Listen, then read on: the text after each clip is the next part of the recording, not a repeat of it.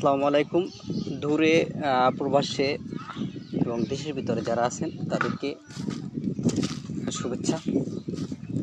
এখন আমি আছি চরদোয়ানি ইউনিয়নের ছয়দাবাদ গ্রামে। এখানে শুনছি রাসেল বাইপার সাপ ধরা পড়েছে। আমি কর্তৃপক্ষের সাথে তাদের সাথে কথা বলেছি। তারা জানিয়েছে যে এখানে 3 থেকে 4টার মতো সাপ ধরা পড়েছে। তবে তাদেরকে তাদের আর ফোনের কথা হলেও এখন তাদেরকে কাউকে আমি বাসায় পাঠিয়েছি না, কিন্তু তাদের বাসায় যে আপনার আন্টিরা যে আছে মহিলারা, তাদের সাথে কথা বলেছি এবং তারা আমাকে যে ঝুড়িটার ভিতরে আটকে রাখা হয়েছে সেই ঝুড়িটাকে আমাকে দেখিয়ে দেওয়া হয়েছে এবং বলছে যে এটার ভিতরেই আছে। আপনারা দেখতে পাচ্ছেন যে এখানে একটা ঝুড়ি আছে এই আটকানো, এইটার ভিতরেই 3-4টা সাপ আছে। আমি আপনাদেরকে জুমের মাধ্যমে ঠিক আছে দেখানোর চেষ্টা করব। দেখেন কিভাবে ফুসফুস করে। এই যে হ্যাঁ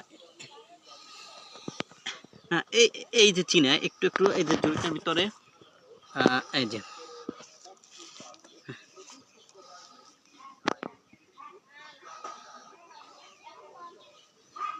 এই যে দেখেন আটকানো কিভাবে ফুসফুস ফুসফুস করছে। মোবাইলের সামনে দিয়ে মোবাইলের সামনে দিয়ে দিছি।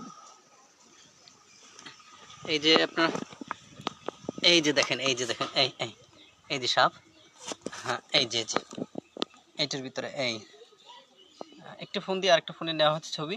এইটার ভিতরে আমি সরাসরি দেখানোর চেষ্টা করব। দেখেন কীভাবে রয়েছে এটার ভিতরে আপনার ফোঁস ফোঁস ফোঁস ফোঁস এরকম করতেছে। এই সাপটি বিগত 3 থেকে 4 দিন আগে ধরা হয়েছে। কেউ কেউ বলছে যে এটি চন্দ্রপুরা, আসলে মূলত এটি চন্দ্রপুরা না, এটি মূলত রাসেল ভাইপার সাপ। এটি খুবই বিষাক্ত সাপ। এটি ধরার মুহূর্তে নাকি আপনার সামনের দিকে দৌড়িয়ে আসছে।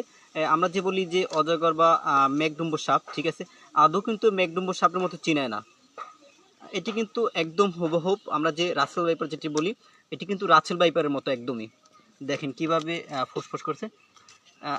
এখন এই মুহূর্তে এই যে বাসার যে লোক যে লোকটি সাপ ধরে ভাই, সেই ভাইটি কিন্তু আমরা এখানে পাচ্ছি না। সে আসবে বিকেলবেলা। দেখেন কিভাবে চেয়ে রয়েছে সাপটা। এই যে মাথাটা, এই যে দেখেন এই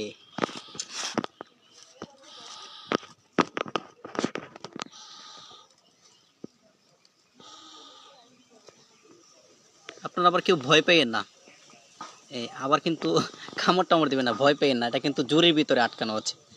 এই যে এই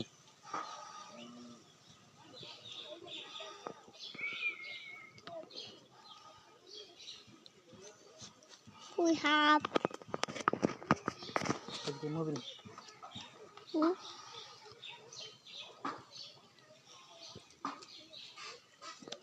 সবাই ভালো থাকবেন, সুস্থ থাকবেন। এবং এখানে 3 থেকে 4টি যে সাপ আছে, যে এটি রাসেল ভাইপার কি না, ঠিক আছে, এটি আমরা কর্তৃপক্ষের সাথে কথা বলে আবার আমরা জানবো।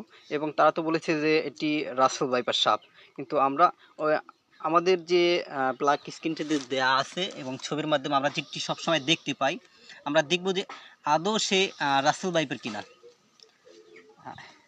দর্শক, এই মুহূর্তে বিদায় নিচ্ছি। সবাই ভালো থাকবেন, সুস্থ থাকবেন। আল্লাহ হাফেজ।